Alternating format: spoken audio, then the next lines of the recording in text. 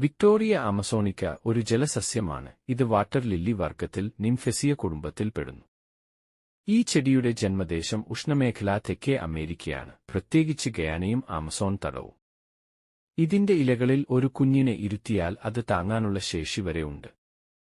ഇലകളുടെ അടിവശം മുള്ളുകളാൽ നിറഞ്ഞിരിക്കും. ഇതിനെ പൂക്കൾ ആദ്യ തവണ വിരിയുമ്പോൾ വെള്ള നിറവും അടുത്ത ദിവസം വീണ്ടും വിരിയുമ്പോൾ പർപ്പിൾ അല്ലെങ്കിൽ പിങ്ക് നിറത്തിലും കാണപ്പെടുന്നു. നിങ്ങളെ ആശ്ചര്യപ്പെടുത്തുന്ന കാര്യം, ഈ പുഷ്പം പ്രോട്ടോജനസ് ആണ്, അതായത് 48 മണിക്കൂർ കാലയളവിനുള്ളിൽ ഇത് സ്ത്രീയിൽ നിന്ന് പുരുഷനിലേക്ക് ലിംഗമാറ്റം നടത്തുന്നു. ആദ്യ ദിവസം പെൺപുഷ്പം ആയിരിക്കും. പൂവിനുള്ളിൽ വശീകരിക്കപ്പെട്ട വണ്ടുകൾ മറ്റു ചെടികളിൽ നിന്നുള്ള പൂമ്പൊടി കൊണ്ട് ബീജസങ്കലനം നടത്തുകയും രാത്രിയാകുന്നതിന് മുമ്പ് പൂവ് അടയുകയും ചെയ്യുന്നു. അടുത്ത ദിവസം വരെ വണ്ടുകളെ അകത്ത് കൊടുക്കുന്നു.